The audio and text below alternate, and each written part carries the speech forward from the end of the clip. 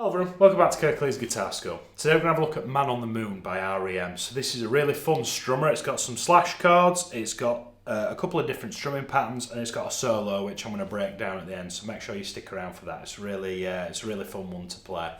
There's a free transcription of this that you can download for free from our Facebook group. If you head to the first link in the description, join the group and head to the Files tab, every transcription for every lesson I've ever done can be downloaded there for free, and it'd be really cool to get you on board.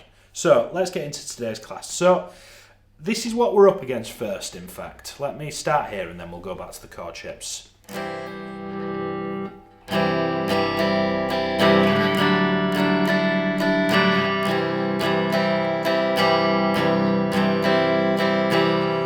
So we'll come back to the tabs in a second, but these are called slash chords. So we've got C over G and D over A. So what that means is the first chord, if we pick that one apart first, it's a C chord, but it's got an extra note in the bass. Can you see how the B string, the D string and the A string looks like a regular C chord? But we're then going to put a G note on top of that, which sits on the 3rd fret of the low E string. Now that means that we've got to have a little bit of a rummage around. You'd normally play the A string with your ring finger, but it gives you this really cool sound. Looks like this. So you see how I've got my regular C chord. Take that dude, move it up a string, tuck your pinky in underneath, and then you can strum all 6 strings. So that's your first chord, and then your second chord, we'll go back to that, is exactly the same, but we just move it up 2 frets. The shape is exactly the same, we just move it. Instead of starting on the 1st fret, we're going to start on the 3rd fret.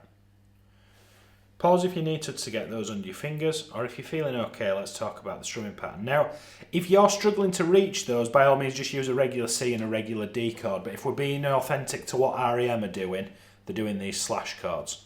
Now, the strumming pattern, if you have a look at the first bar, you've got 2 downstrokes, 2 upstrokes, and a downstroke to finish. Down, down, up, up, down. And that continues more or less all the way until the chorus. I'll let you know when the strumming pattern changes, okay?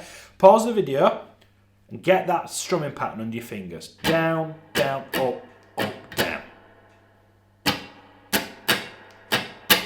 Down, down, up, up, down. If we're okay with that, we're going to fret the chord and do the same strumming pattern. Down, down, up, down. I'm then going to take this shape, as I've said before, and I'm going to slide it up 2 frets. My fingers aren't moving to any different strings, I'm just moving it all up 2 frets, and I'm going to do exactly the same. Down, down, up, down. Take note of the crotchets and the quavers at the bottom of the slide.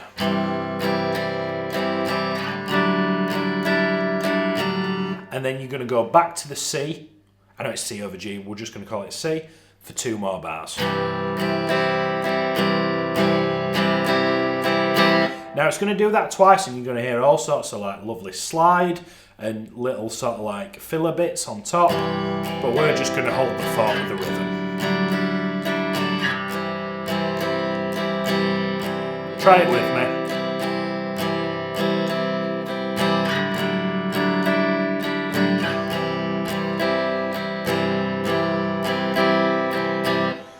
So from that point, the verse starts, and we're going to do that 6 more times, but you'll know because he starts the singer starts singing the game of life, etc. Okay, and we're just going to sit in the background, keeping the rhythm. Now I always find when I teach this song to people, they expect the verse to finish 8 bars sooner than it actually does. Verse 1 goes on for 8 bars longer than all the others do. Okay, when we go into the next part, we're going to go to an A minor chord. Now notice the rhythm's still the same. And we're going to do a bar of A minor and a bar of G. Now there's nothing special about these chords, these are just the regular old cowboy chords that we all know.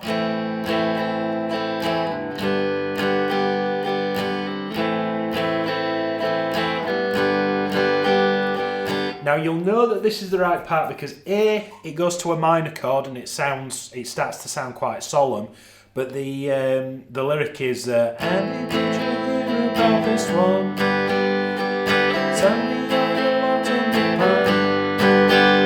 Then we continue this for another couple of bars, another bar of A minor, and Elvis to G, Then we're going to go to D7 and we're going to keep that same strumming pattern just for the first bar. And then can you see how all these V's on the top, those shouldn't be V's, those should be the little bridges. Those, oh, sorry, no, I'm getting mixed up. Those are accents. I thought I put my strumming in wrong for it. It is truly live, is this, folks?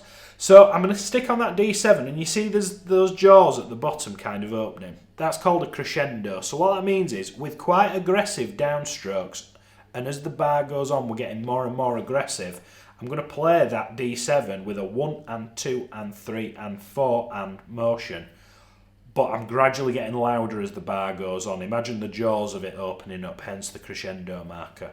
So if I play the D7 here, and then put the crescendo in.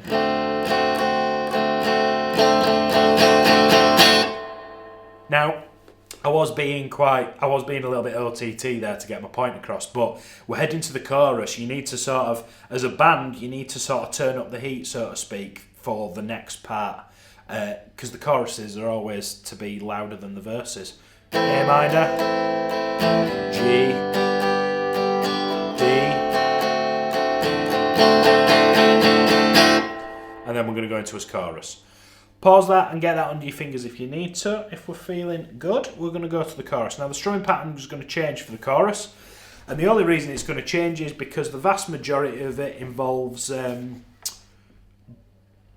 two chords per bar. So we're going to play a G chord, and we're going to go down, down, up. 1, 2, and. We're going to move to A minor.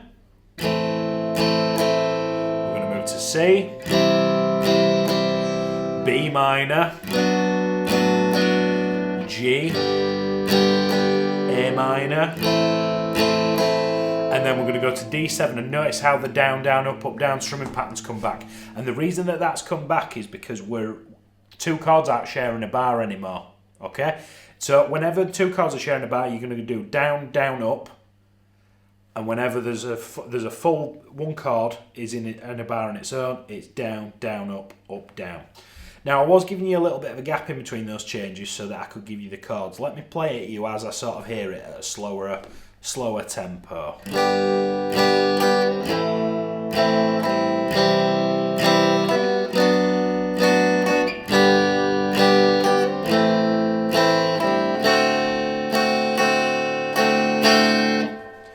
And if you've got a little gain pedal, it might be worth putting that on just for the choruses, you know, give it a little bit more...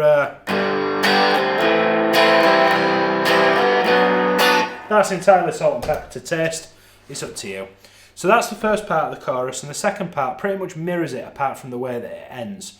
So just keep your eye on that, and then can you see how we're going to go G, A minor, C, B minor just as before, all down, down, up on each chord. And then we're going to go to A minor, and we're actually going to do 2 bars. And the vocal hook for that is Nothing Is Cool. So you've got the first bit, if you believe they got a man on the moon, man on the moon. You go to the next bit, if you believe there's nothing up his sleeve. Forgive my very, very baritone voice there. It is quite high for me. I don't like singing things in the key of D. Okay, so pause the video, get that under your fingers. That's part 1. That's part 2. So then, moving on, essentially you're going to do another verse, another pre-chorus, and another chorus. Okay? Again, download the PDF from the first link in the description. And you'll see that I've laid it all out in such a way that the order of the song that it appears, it comes in. I think it's also worth mentioning that this is the single version that I've done. The album version's ever so slightly different. I will make sure to put a link to the correct version for you to practice along to if that's what you want. So the next bit, depending on whether you're on acoustic guitar or electric guitar, is going to dictate which bit you play. So looking at this. Now I've tabbed out the solo, but you can see how I've still put the chords underneath it. So if you can't get up to the dusty end of the guitar, you know, a lot of acoustic guitars, you sort of struggle to get up to that 12th fret. If that's the case, I want you to play the chords. So you do still down, down, up, down, E minor, D, E minor, D, and this will carry on into a second slide. But if you play an electric guitar, it might be worth again a little bit again, not too much, but just enough to sort of make your guitar sing a little bit. So I'm going to start with the 12th fret of the B string, which is a B note, by the way. I'm then going to rock down to the high E string, catch that E note, and then come back to the B string. Yeah, so you're only going to that high E string for a millisecond. And if you're feeling super fancy, you can slide into it. But that's extracurricular. And again, I preach it all the time. If you're hanging on to a note for any more than a second, give it a waggle, it'll sound better for it. I'm then going to take my middle finger and I'm going to catch the 12th fret of the D string. Index finger on the 11th of the G. Second finger on the 12th fret of the same string. And then I work back on myself 11 and 12. So just for now, we're focusing on the first two bars. 12, 12, 12. Move your middle finger up. 12, 11, 12, 11, 12.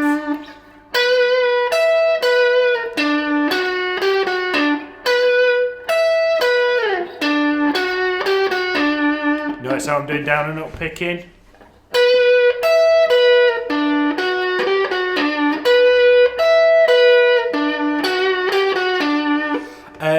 Now, also, I think it's worth mentioning, when we go to that D chord, so if I'm looking at the second bar and the fourth bar, can you see how the third and fourth notes, the notation's holding hands? So those are quavers. Those notes are quite brisk. Oftentimes I teach this and people get the rhythm wrong of that part. They'll go... and it's not. It's ba, ba, da, da, da. First two notes are the same distance apart. And then the third and the fourth are fast. So that's it's essentially the same pattern repeated twice. And as we move into the next slide, it does it another time. And what's really interesting is it repeats that final phrase. If you think of bar 1 and bar 2 of this slide as lick 1 and lick 2, it repeats lick 2 twice to finish. But also, it's only 7 bars long is the solo, which is a cool little songwriting trick to make your ears prick up.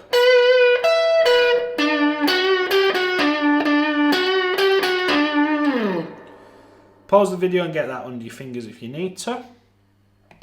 So following that, we'll go into verse 3, which is the... does that 4 times and then into the pre-chorus, etc. It's then going to go into the chorus. Now the final chorus is a little bit different. It's a bit like, I don't know if you remember, if you've seen it recently. I did Merry Christmas Everybody by Slade, and the last chorus of that song just goes on and on and on forever. This is kind of the same. So looking at this slide, I've got the full chorus, and can you see the repeat markers? So that funny looking bracket at the start where it says chorus just before bar 1, and then just before the final bar, you see there's the reciprocal bracket that says ×3 before a big E minor to finish. So you're actually going to do this chorus 3 times to get that to finish. Let me play all that. There's nothing new in this. It's just the same as we've already done, but it'd be really nice for you to sort of see it all in one slide. So you've got G, A, C, B minor, G, A, D7. Back to the normal strumming. G, A, C, B minor, and then 2 bars of A minor. Back to the beginning. You'll do that for another 2 times, and at the ending, you're going to hit a big fat E minor. You'll go, 'cause nothing is cool, 2, 3, 4. And you see, did you hear how I sort of took my time playing that E minor? And and you can kind of hear me picking each of the strings one at a time. It's just what they do on the record, and all I'm doing is I'm just dragging my fingers across those strings just a little bit harder. Tones wise, I think off the top of my head that they use like Rickenbackers and sort of jangly guitars like that. I don't have anything like that, and I'm not in a position to spend any more money on guitars. I've bought enough guitars this year, I think. I'm sure you'll all agree. So I'm just thinking nice clean tone. Plenty of treble. Maybe using the neck pickup or the sort of out of phase one where you go back one on a Strat. Middle position on a three-way Gibson style humbucker. And then I've just got a little bit of distortion. I'm using a surreal for the... That's just because it's here and it's usable. If you don't have that, don't go out and buy a distortion pedal. It's not the end of the world. It's just a nice little thing to have if you've got it. So remember, you can download a full tab for this down the first link in the description. Don't want anything from you can get it for free. And I will see you next week for another electric guitar lesson. Thank you so much.